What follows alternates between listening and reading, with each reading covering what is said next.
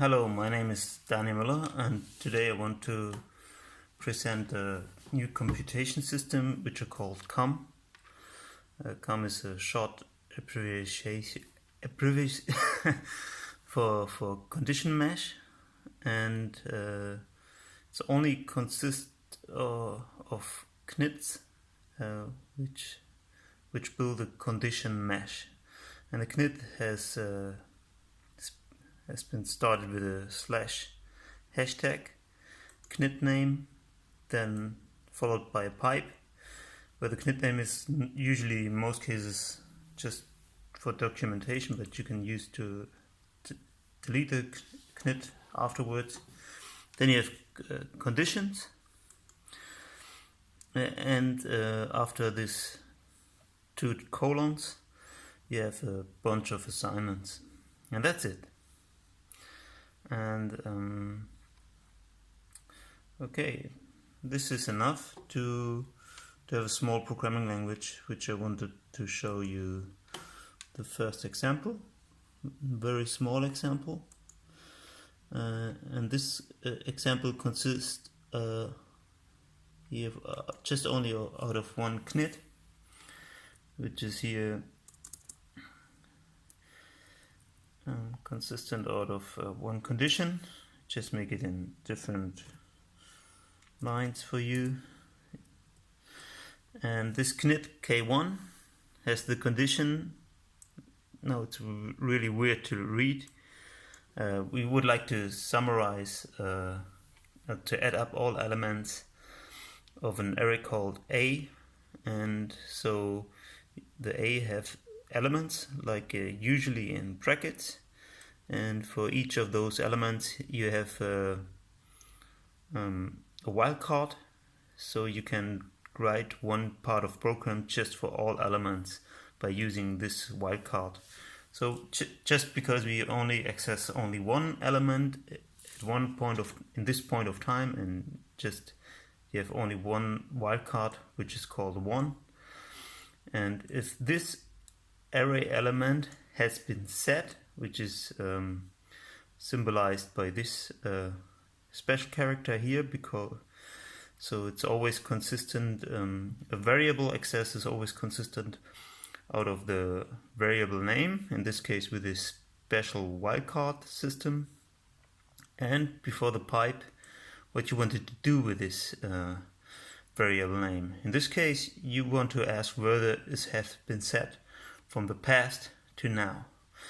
And if this has been happening, you just need to do something with your summation.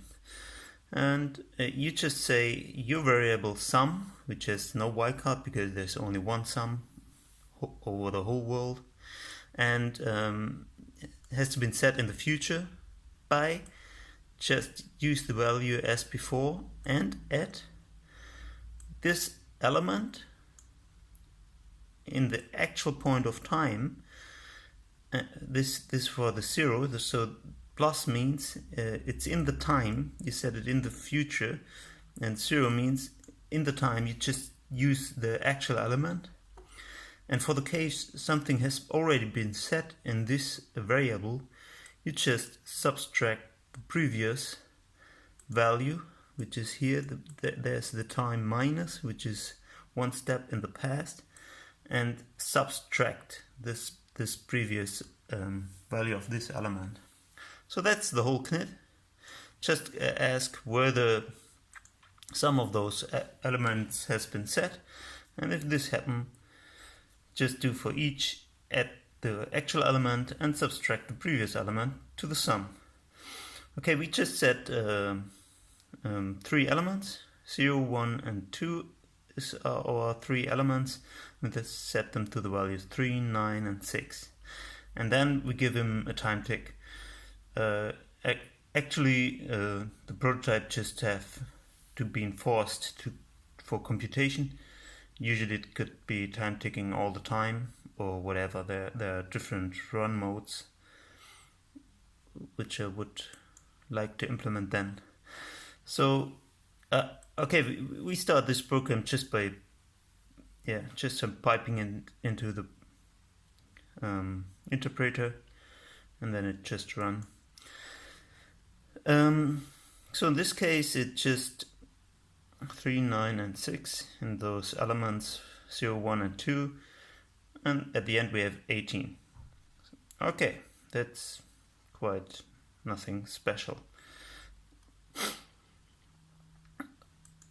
Okay, then after that we just say the value 1 we change from 9, from the element array element 1 we change from 9 to 3, and we just add a new element by assignment in the element 3, and we set them to 10 and give it a next time tick, and output the variables again, which are called yarn because it's a mesh, so we use knits for small program chunks, and yarn is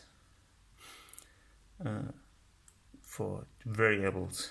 So at the end we changed the element 9 to 3. We are still in the time tick 1 because we didn't force to any time ticks anymore, and this means to the programs it has been set, so we add 3 and subtract 9, and here we add 10 and subtract nothing, as we have been subtracting nothing as before because time has just been started at 0. So there's been no value before, so it adds just 10. There's been a value before, so meaning taking the value as before is meant if you didn't set for many time ticks, just takes the last one it will find after here in the pass. And so we have the new value 22.